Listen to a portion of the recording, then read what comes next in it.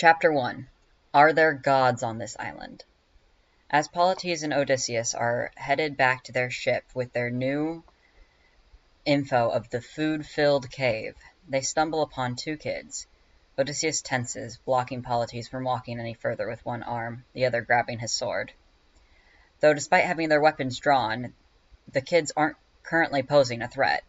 Instead, they are both looking at the lotus fruits and talking in a language they don't know.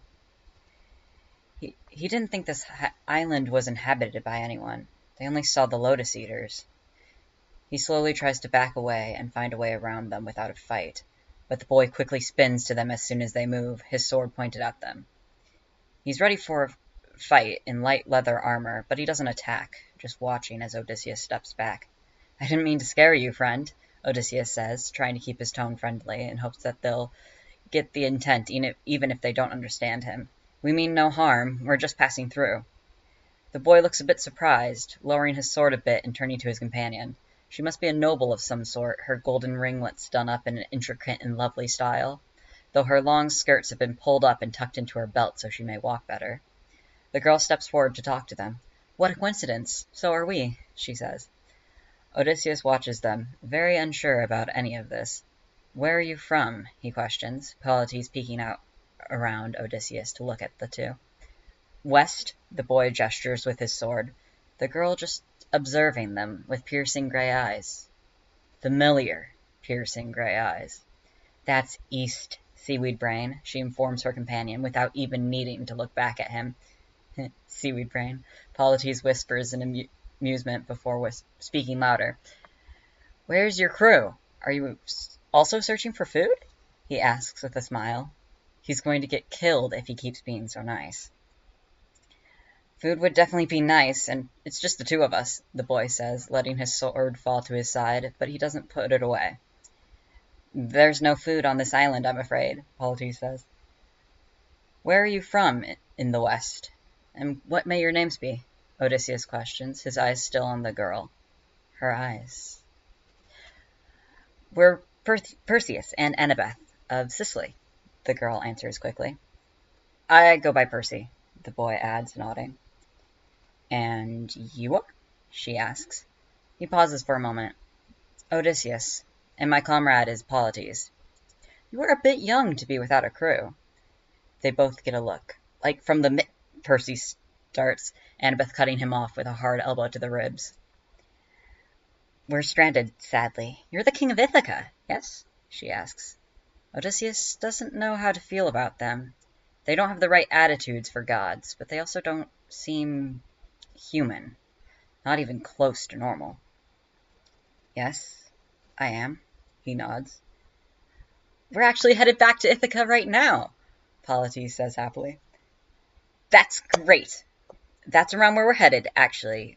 Would you mind if we traveled with you? Percy is great with boats. He could help you get home faster," Annabeth offers. "Oh yeah, I'm fantastic with boats," Percy agrees emphatically. Odysseus pauses. Would that be wise, letting these strangers join them, having more mouths to feed when there already has such little food? Though he doesn't get much of the chance to answer.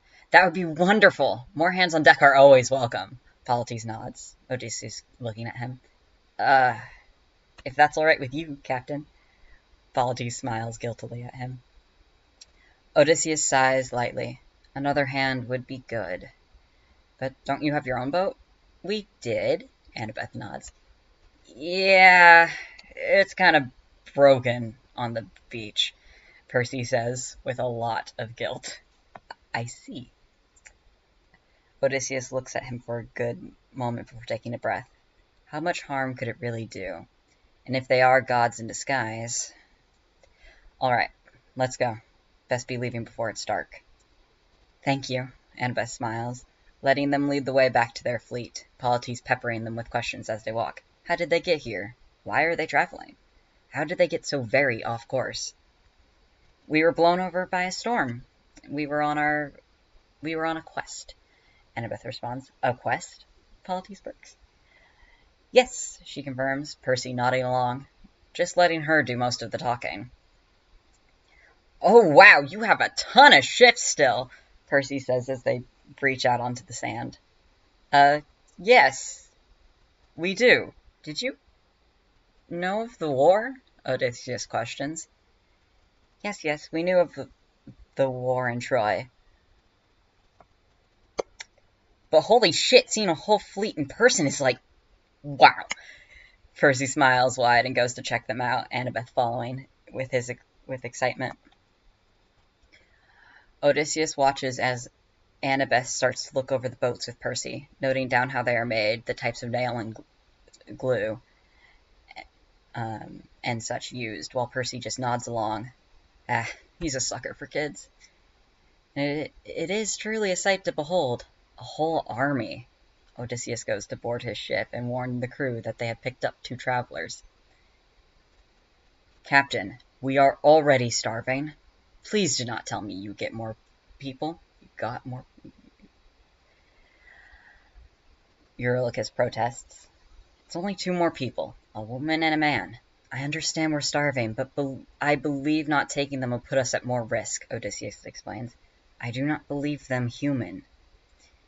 Eurylochus sighs and nods as Odysseus calls Annabeth and Percy on, submitting to his captain's wishes. He'll understand once he sees them. Percy smiles as he steps onto the boat, looking stronger, somehow. More invigorated. Definitely not human.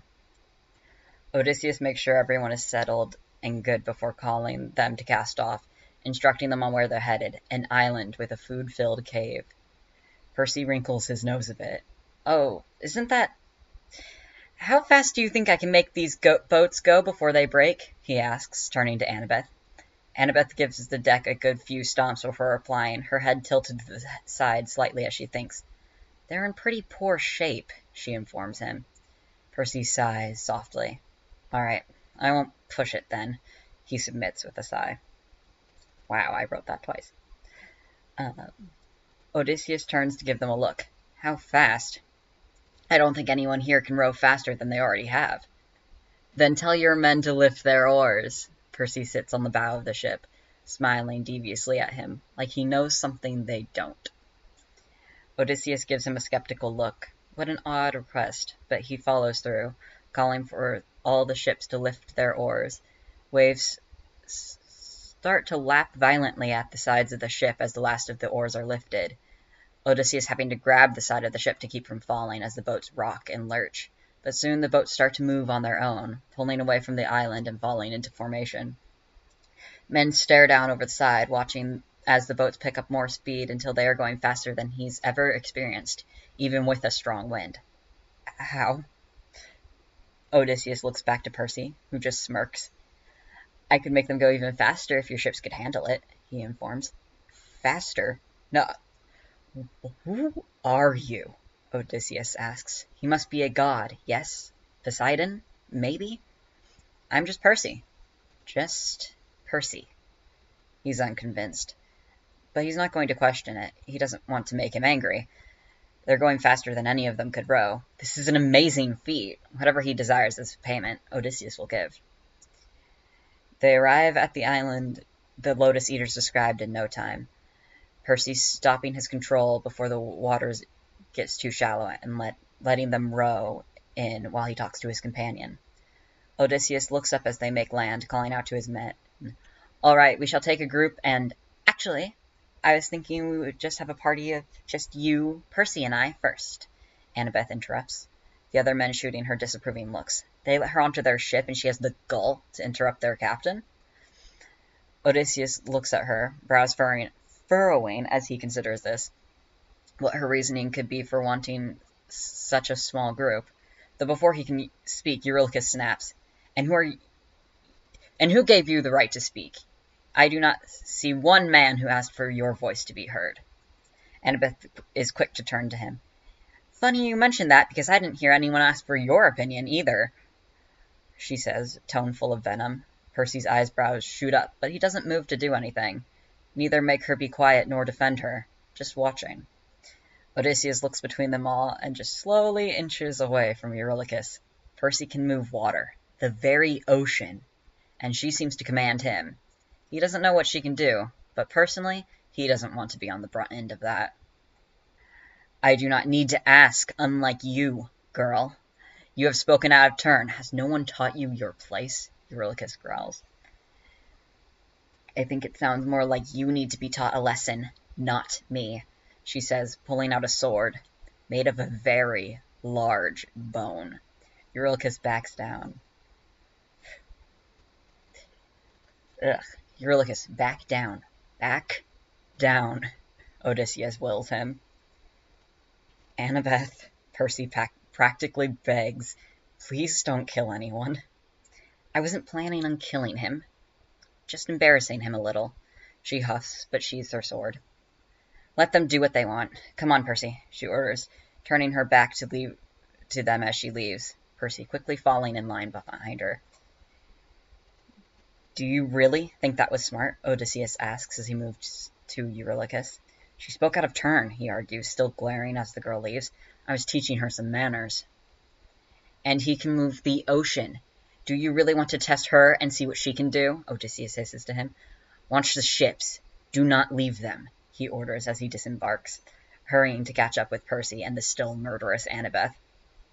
Please excuse my crew. They are not used to listening to anyone but me, he apologizes as he catches up to them. It's fine, Annabeth says, though her tone says otherwise. I'm used to it. Just don't kill anything and we'll be fine. Don't kill anything. I won't, he confirms, though he's still unsure how he feels about her ordering him around either. He is a king and captain of the ship they're on. Percy, you're going to do the talking, she instructs. Percy nods a bit. All right, talk to Polyphemus, he says tightly. Who is that? Do they know the owner of this island? He wonders. Annabeth stops him before he can get too close to the cave, glancing around as Percy walks up to the mouth. Polyphemus! Brother, I ask for your aid, he calls into it. A loud, slightly upset voice comes booming out in response to Percy. Brother? Then the sound of large footsteps fills the cave as a Cyclops comes out to the entrance, looking down upon them. Percy smiles back up, looking way too calm and confident to be facing the same thing Odysseus is. Yes, or half-brother, if you want to be technical. I know we've never met, but I was hoping you would be willing to help a brother out. You are not a brother, Polyphemus scoffs. He's going to die. My father is Poseidon, just as yours. I can prove it, if you'd like, Percy offers. Prove it. You are too small, too weak, the Cyclops demands. Percy turns to the ocean. See all those boats out there? He gestures. The Cyclops moves closer, looking down at the ships. Yes, answers Polyphemus. Odysseus has to turn as well to see how Percy is going to prove such a claim from up here. It not taking long before one of his ships shifts, rising out of the ocean on a pillar of water. Oh, wow. He truly is that powerful. Oh, his poor men. Tiny brother, why do you ask for aid? Polyphemus asks as Percy sets the boat back down. The fleet I'm traveling with is out of food. I was hoping you'd be able to spare some. He gestures back to the boats. Why do you not eat from your fleet? You have plenty, Polyphemus notes, looking out over them. Do you eat other Cyclops? Percy asks reasonably, seeming less sickened by the thought than Odysseus. Polyphemus has to pause and think this over. No. It's the same for me and them. Plus, I do not have a Cyclops' stomach. I could get sick. Food for food? Polyphemus offers.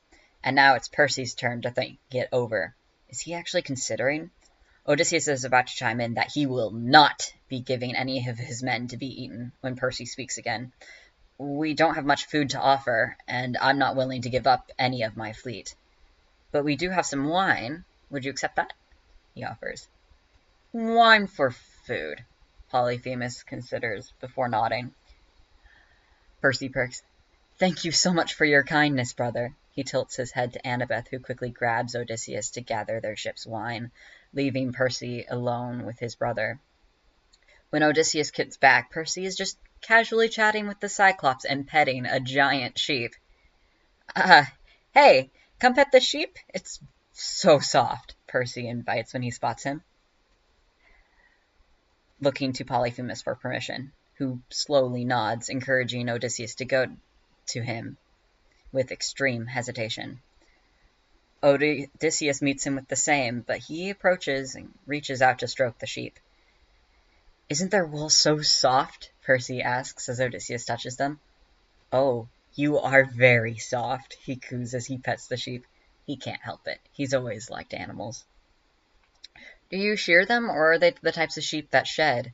Percy asks Polyphemus. "They shed. I keep the wool," Polyphemus answers, seeming to accept Odysseus as well. That sounds a lot easier to manage than shearing all of these sheep," he chuckles.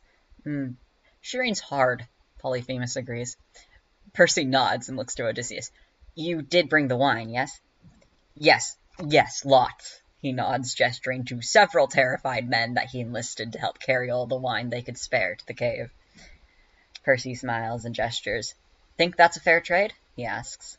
Polyphemus looks at it all, nodding with a huff and pushing a very large basket out of the cave for them. And holy shit, that thing is stuffed. Cheese wheels, fruit, dried meats. Odysseus sometimes forgets that these lawless beasts who feed on humans eat other things as well.